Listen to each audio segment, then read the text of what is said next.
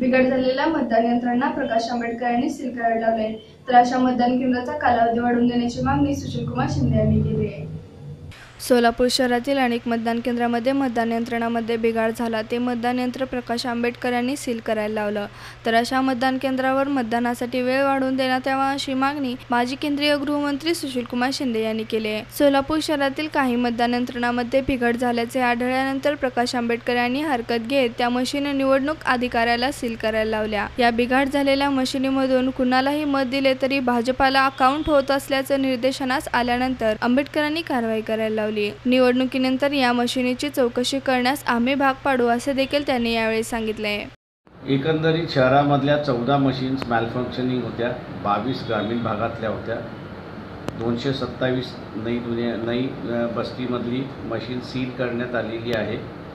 त्या मशीनमधलं कुठलंही बटन दाबाचं ते BJPला जात होतं।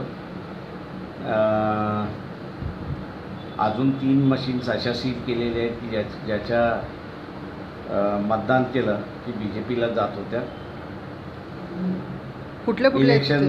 इलेक्शनच्या नंतर त्या मशीनची असताना चौकशी केला जाईल आणि चौकशी आम्ही करायला भाग पाडू, एवढं मी सांगतो। ज्या मतदान केंद्रावर मतदान यंत्रणामध्ये बिघाड झालाय त्या मतदान केंद्रावर वेळ वाढवून देण्यात यावा अशी मागणी माजी केंद्रीय गृहमंत्री सुशीलकुमार शिंदे यांनी केली आहे।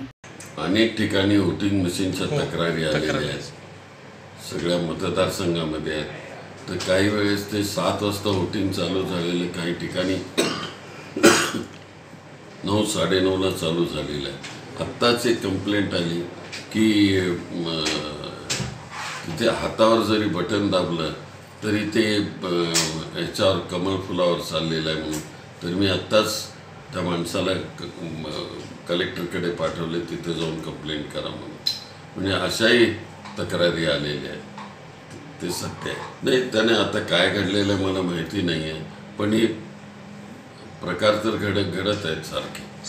त्यांनी वेळ वाढवून दिला पाहिजे, तो नाही ती करावीच लागेल ना। आता बघतो काय स्थिती आहे, जिथे अशा घटना घडलेल्या आहेत 9 वाजता मशीन चालू झालेल्या आहेत, तर तिथं वेळ वाढवून दिला पाहिजे।